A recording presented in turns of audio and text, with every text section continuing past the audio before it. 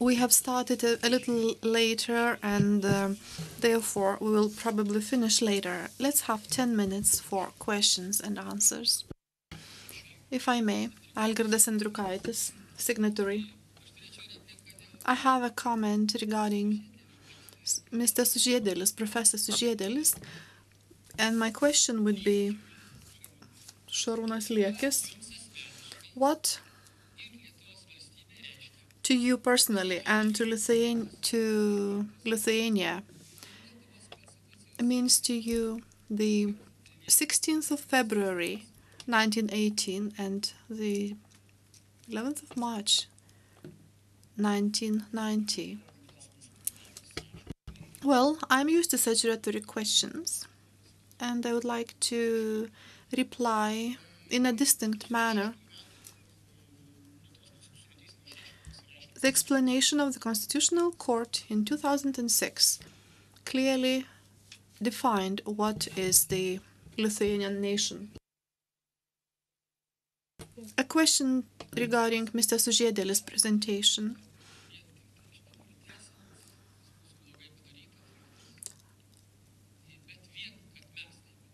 I would not agree that it was only ourselves who did wrong.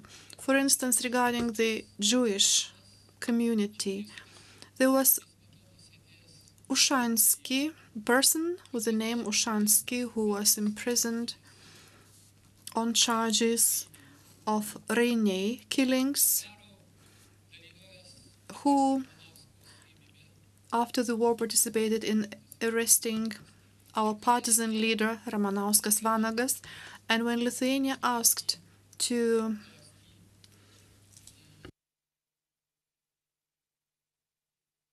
give him over, the answer was that people are often convinced, and very much depends on the attitude, whether it's an alien or a person of your own nation.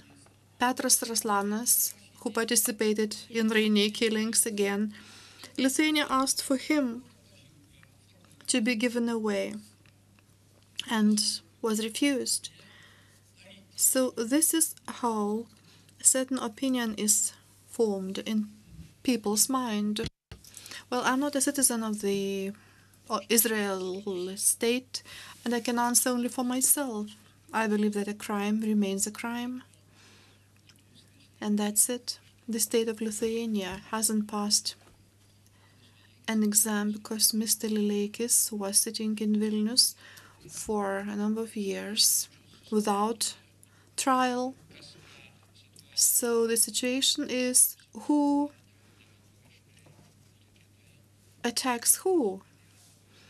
I myself support the dialogue, and I think most perpetrators of the Second World War have never been brought to trial because there were too many. And this is why I'm quite skeptical on this issue, and I can't speak for others.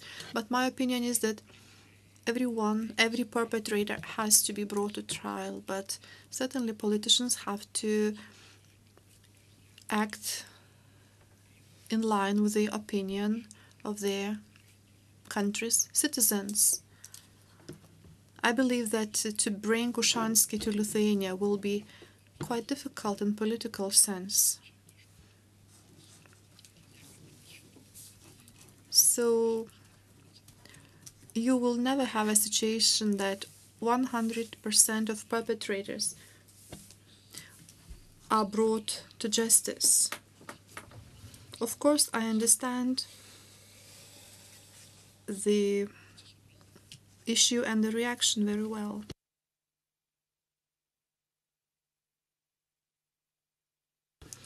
Any more questions or comments?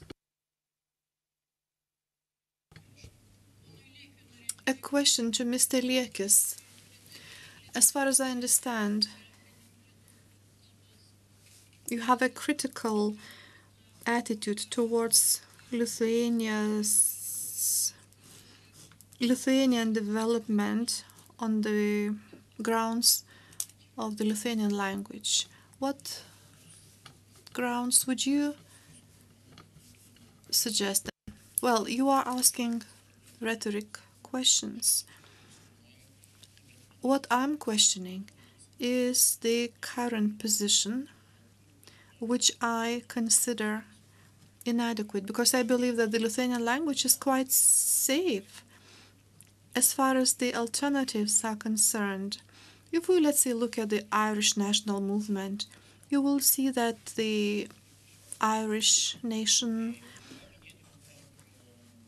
is developing with the English language.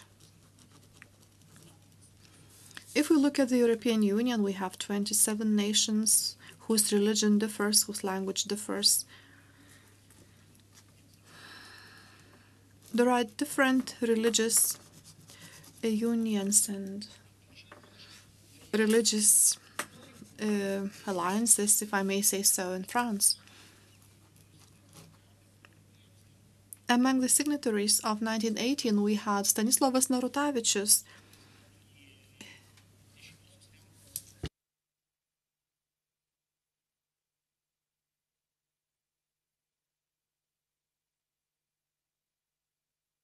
There was a lot of misunderstanding at that time. We're ignoring the complexity of the issues. And those issues, those events might have developed quite in a different way, and the Lithuanian language could have played quite a different role. For instance, South Slavonic region was developing at that time. Czechoslovakia emerged. And the questions of how Lithuania would have developed is quite problematic. What we need to do is to speak about what is good, what is wrong, and what we can change for the future.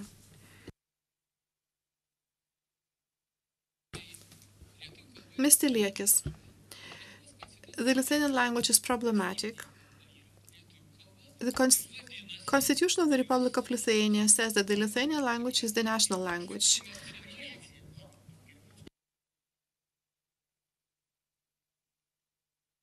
You are interpreting something I haven't told you.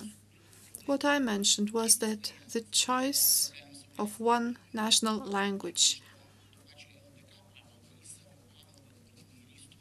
was linked to a number of problems. Today, we can relax. Nobody is threatening Lithuania.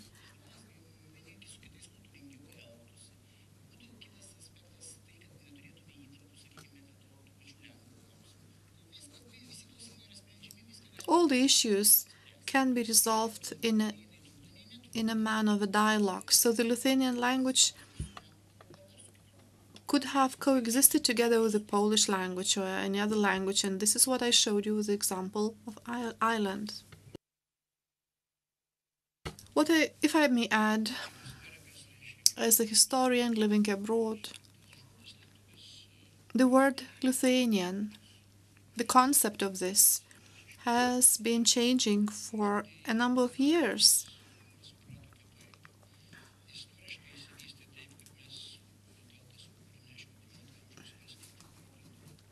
Our nation has been developed on the basis of peasants in the end of the 19th century. And I believe that the concept of Lithuanian, a Lithuanian citizen, which is deep-rooted in our culture, may also develop further, depending on the roots. Most so-called residents of Lithuania who are not ethnic Lithuanians seem to be more acquainted with the Lithuanian culture. And if that person has a Jewish or Polish surname, should not cause any problem. Well, I believe that both questions and answers are really meaningful. I am happy that we have had a dialogue and a discussion. Are there any more questions? My question to Mrs. Vesna: how does Croatian society look upon the historical facts of the events after the First World War in your region? I mean the kingdom, creation of the kingdom, and further events.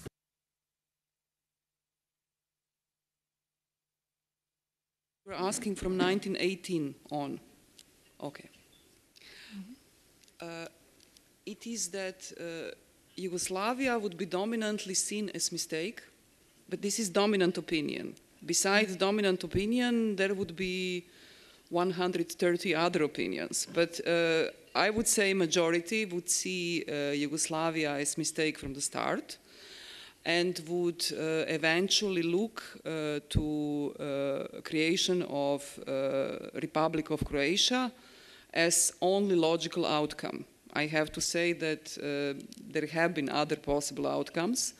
I cannot go here in all the details, but the history which we have, both as Republic of Croatia and as ex-Yugoslavia, it's so rich in details that we could struggle for months and months as experts or in political disputes.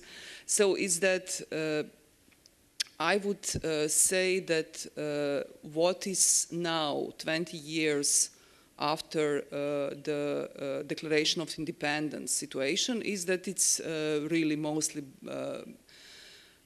accepted completely that Croatia is independent, that that's what it was expressed on referendum in 1990. Although when it comes to the war of 90s, between 1991 and 95, it is very difficult to put together a narrative of Croatian soldiers struggling for Croatia with the fact that so many crimes have been committed. So it's that when you look at the structure of killed and missing in Croatia, majority of them are Croats, but then there are also Serbs and others, and I have to say that a number of war crimes trials, which have been either finished on the level of Supreme Court or at International Criminal Tribunal for War Crimes in former Yugoslavia, have been eventually also against generals of Croatian army, and it's that very vicious crimes against civilians have been committed by members of Serbian military, Serbian paramilitaries, Yugoslav army, and Croatian army and Croatian police. So when it comes to hoping for simple story, it is very difficult because it is in the same time true that Croatia was attacked and there was aggression of Yugoslav army and Serbian military, but it's also true that there are many elements of civil war. And when you have this situation that both is true, and this doesn't go just for Homeland War, for War of the 90s, when you look on the story of Second World War in Yugoslavia, you also have occupation, you have Nazis and fascists. Then you have a clear story of aggression. But on the other side, you have a very severe struggle between partisans, anti-fascist fighters, and collaborators of Nazis and fascists. So it's that wherever you look, everything is complex, multi-layered, and doesn't allow too simplified interpretations. And this is the past which we have. We cannot change the past, but we continue to struggle about interpretations.